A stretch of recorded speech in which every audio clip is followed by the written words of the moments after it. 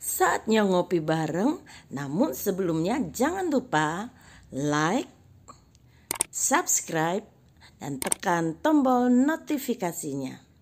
Serta bagikan kepada yang lain.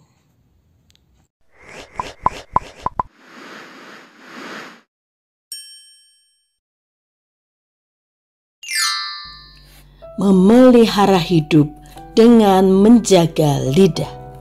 Shalom saudaraku, sebagai makhluk sosial, manusia perlu berkomunikasi dan berinteraksi dengan Tuhan Sang Pemilik kehidupan dan dengan sesama kita. Namun komunikasi juga dapat merusak interaksi kita dengan Tuhan dan sesama kita. Dalam berkomunikasi memang kita menggunakan mulut. Namun tanpa lidah, maka mulut tidak akan bisa mengeluarkan kata-kata. Kata lidah disebutkan sekitar 108 kali dalam Alkitab. Alkitab memberitahukan kepada kita bahwa lidah adalah bagian tubuh manusia yang sangat kecil, namun memiliki pengaruh yang sangat besar bagi kehidupan manusia. Amsal pasal yang ke-18 ayat yang ke-21. Hidup dan mati dikuasai lidah. Siapa suka menggemakannya akan memakan buahnya. Jika hidup dan mati kita ditentukan oleh lidah kita, maka kita harus bijaksana menggunakan lidah kita. Rasul Yakobus mengajar kita dengan sangat jelas bagaimana hidup dan mati kita dikuasai oleh lidah. Yang pertama, lidah adalah kendali hidup kita. Yakobus 3 ayat yang ketiga sampai ayat yang keempat. Kita mengenakan kekang pada mulut kuda sehingga ia menuruti kehendak kita. Dengan jalan demikian kita dapat juga mengendalikan seluruh tubuhnya. Dan lihat saja kapal-kapal, walaupun amat besar dan digerakkan oleh angin keras, namun dapat dikendalikan oleh kemudi yang amat kecil menurut kehendak jurumudi. Tanpa kita sadari, hidup kita cenderung mengikuti pimpinan lidah. Jadi, jika kita bisa mengendalikan lidah kita, maka kita pasti bisa mengendalikan seluruh hidup kita. Kedua, lidah kecil tetapi membahayakan. Yakobus 3 ayat yang ke-5 dan ke-6. Demikian juga lidah, walaupun suatu anggota kecil dari tubuh, namun dapat memegahkan perkara-perkara yang besar. Lihatlah, betapapun kecilnya api, ia dapat membakar hutan yang besar. Lidah pun adalah api, ia merupakan suatu dunia kejahatan dan mengambil tempat di antara anggota-anggota tubuh kita sebagai sesuatu yang dapat menodai seluruh tubuh dan menyalakan roda kehidupan kita, sedang ia sendiri dinyalakan oleh api neraka. Rasul Yakobus menekankan kecenderungan kita untuk berdosa dengan lidah kita, dengan mengeluarkan kata-kata yang tidak ramah, kata-kata yang kotor, kata-kata fitnah, bohong, dusta, pernyataan yang berlebih-lebihan, membual, bergosip, atau memaki. Rasul Yakobus mengatakan bahwa lidah kita dinyalakan oleh api neraka. Artinya, iblis bisa menyalakan api besar melalui lidah kita. Sebagaimana satu lidah api bisa menjalar dan membakar hutan yang luas, begitu pula seluruh hidup kita bisa tercemar hanya karena lidah. Lidah dapat membakar seluruh hidup kita.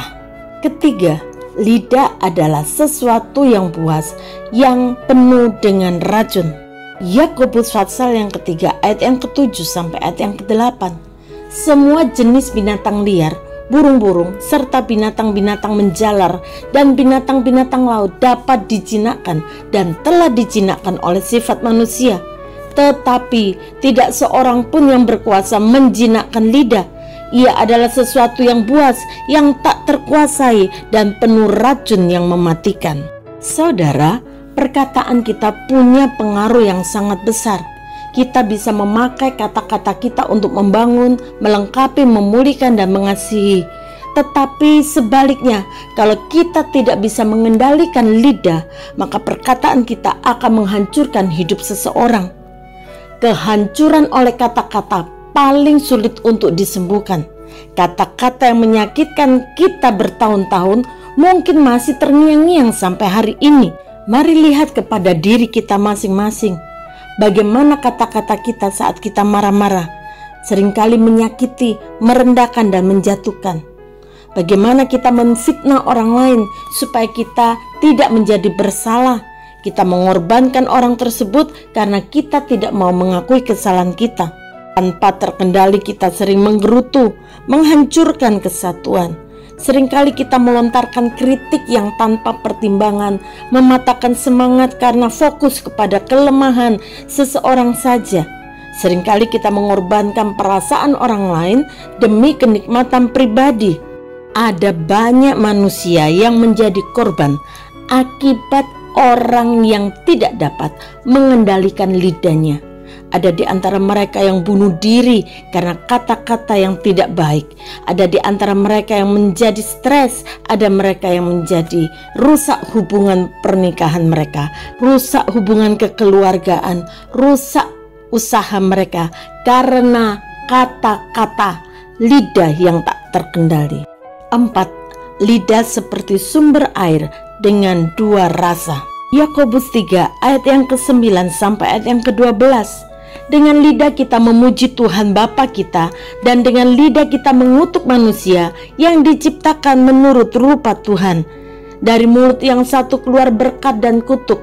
Hal ini saudara-saudaraku tidak boleh demikian terjadi. Adakah sumber memancarkan air tawar dan air pahit dari mata air yang sama? Saudara-saudaraku, adakah pohon ara dapat menghasilkan buah zaitun dan adakah pokok anggur dapat menghasilkan buah ara? Demikian juga mata air asin tidak dapat mengeluarkan air tawar. Saudara, seringkali kita lupa bahwa apa yang kita katakan kepada sesama kita menunjukkan apa yang kita percayai tentang Tuhan. Penyembahan kita yang sejati kepada Tuhan adalah dengan mengasihi Tuhan dan mengasihi sesama kita. Dengan kata lain, pujian penyembahan kita, bahkan pelayanan kita dapat menjadi tidak berkenan kepada Tuhan apabila kita tidak bisa menjaga lidah kita terhadap sesama. Matius 12 ayat 36 sampai 37. Tetapi aku berkata kepadamu, setiap kata sia-sia yang diucapkan orang harus dipertanggungjawabkannya pada hari penghakiman. Karena menurut ucapanmu engkau akan dibenarkan, dan menurut ucapanmu pula engkau akan dihukum. Lalu bagaimana kita dapat menjaga lidah kita? Rasul Petrus mengingatkan di dalam 1 Petrus 3 ayat yang ke-10. Siapa yang mau mencintai hidup dan mau melihat hari-hari baik, ia harus menjaga lidahnya terhadap yang jahat dan bibirnya terhadap ucapan-ucapan yang menipu. Saudara, lidah dapat menjadi faktor penentu masa depan kita, yaitu ditentukan dari apa yang kita ucapkan, apakah kejahatan atau kebaikan. Jika kita bisa menjaga lidah dan melakukan yang baik, maka kebaikan akan kita peroleh.